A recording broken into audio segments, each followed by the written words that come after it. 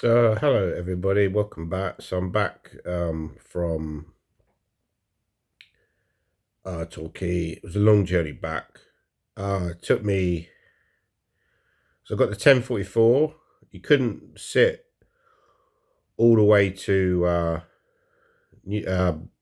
Bristol.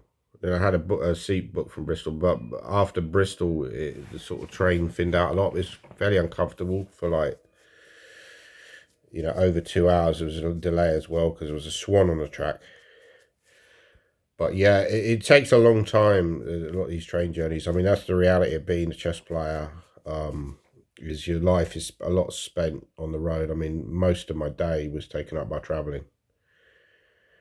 Uh, as far as the tournament's concerned, yeah, I've been coming to Torquay since 1998, and so that's going back over 25 years, 26 years, right? And the first British I played in, which was in Torquay, the first British I played in was in Nottingham. That was in 1996. Played in a major open. 1997 we played in Hove. That was first year of Smith Williams sponsorship.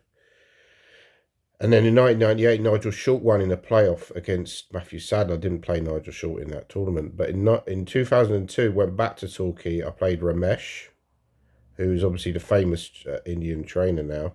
He was also a very good player as well because he won the British Championships that year. But I played him in one of the earlier rounds we drew. I didn't realise how good he was, to be honest. And obviously Luke McShane went into that last round probably as a favourite, but he lost.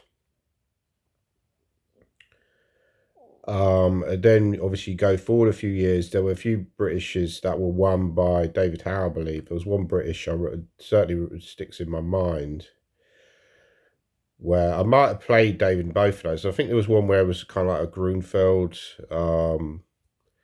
I think I even drew one of the games I had against David in one of those Britishes. Maybe I lost another one, I can't remember. But um, obviously he was very strong from a very early age. But there was one British I remember where uh, Simon Williams and Mark Hebden I think they were almost sharing a flat. And they both got 8.5 out of 11. Now, 8.5 out of 11 would normally be good enough for at least a playoff. Back in the day, we used to have 11 rounds in the British Championships, but uh, David Howe scored 9 out of 11, which was a really impressive score. He even turned down a draw against um, Gary Lane in the final round. Turned down a quick draw and tried to beat him. But I think the game did end in a draw. Um, so that's, yeah, amazing. So there's so many Britishes where I feel that I could have potentially won. And it's very annoying when you play the guy who ends up winning it and you draw with him and they end up going on to win. You think, why didn't I win it? Why did that player win it? Why did Ramesh win it? Why did Harry Green win it in 2022? Why did Jonathan Rowson win it in 2004 when I played him in Scarborough? Why did those people go on and win? I didn't win. Well, Rowson beat me in 2004. Harry Green beat me in 2022, so that's also a clue. But there's been a few Britishes where I've ended up drawing with a winner, and they've gone on to win. So it's kind of frustrating when you're so close, and that's really been the case with Torbay. That I've been close. Like 2014, I played the Paynton Congress, and I stayed with a guy called Matt Wilson, who's he's a decent-ish chess player, sort of around about 1700 rating, 1800 rate. And his girlfriend at the time was called Hayley. She's still called Hayley as it happens. But I lost a game early on against a guy called John Wheeler, and I think I was distracted because I had some golf bets on or something, and I blundered horribly. And I stormed out. I sort of like kicked the wall. We were playing in the Livermead Hotel, which is much further up the sort of coast along the, going towards Paynton. And I was really fuming. And then later on, I played Keith, and we drew fairly quickly. And I probably should have made a bigger effort to beat him because I think I was half a point. He thinks that he was half a point behind me at the time. Sorry, he was half a point ahead. He thinks that he was half a point ahead. I thought we were shared when we played, and then we drew, and then he outscored me later on. But I think he's right. I think I was half a point behind, so I should have made a bigger effort to try and beat him. We probably played in about round 4 or 5. Anyway, so yeah, so I've been coming to Torbay. There was also a Harry Gollenbach Memorial, which I really enjoyed, which was back in the sort of like early 2000s, I believe. And I actually won the best. I lost to John Nahn. I started badly. I lost to Robert Fontaine, John Nahn, first couple of rounds. There's obviously very strong players, particularly John Nahn, who's obviously like a legend of the game. Robert Fontaine is also very strong, like a French player. So that was a bad start. But then I did have a bit of a mini recovery, and I won like a nice game against this German Grandmaster, which got the best game prize. So yeah, I had some good memories of playing that tournament, which is in the Old Way Mansions in Paynton. But yeah, there's been so many years of failure in Torbay area where I've had chances to potentially maybe even win a British Championships, or I didn't quite believe in myself enough. So it was nice to finally close the deal. However, I'm not convinced I'll go back next year, given the amount of money I spent. As I said before, I think the train was over 260 in the end, like 2 return tickets, and that was only because the woman at the thing in Torbay got me a reduction on the single going back.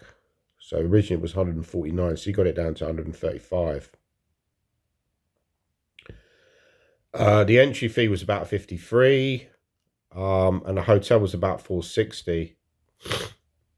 And the hotel owner actually apologised to me because one of the people staying in one of the other rooms was a bit obnoxious, to say the least. But I won't go into that. But yeah, so obviously in general you don't want to do that. I think there's a one-off because I hadn't won a tournament in Torbay before. It was good to get that monkey off my back.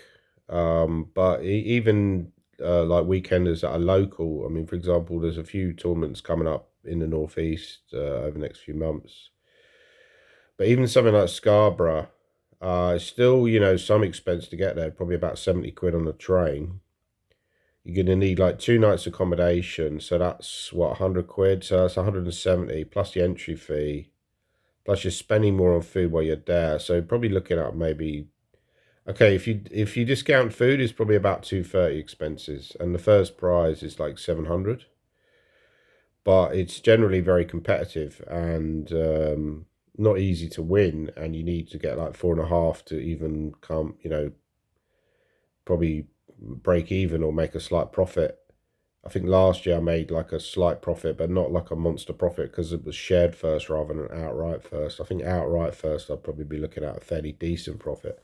But yeah, in general, weekenders now, you can't play them to make money. So, what it can be done about that, how can they improve the situation?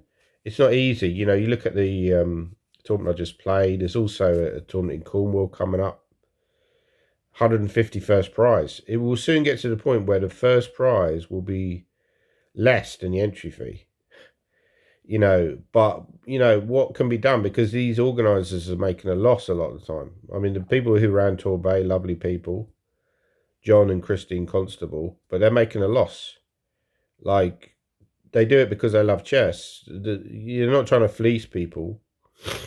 But the problem is, like, how do there's no money going into chess. There's no sponsorship. What you'd have to do is you'd have to contact a lot of local businesses, make a lot of phone calls, and you probably only got a 5% chance of success, even if you do. So you'd have to make hundreds of emails, with lots of rejections, and, it's kind of depressing. That's the reality of chess sponsorship. Most of the time, you're just going to get knocked back.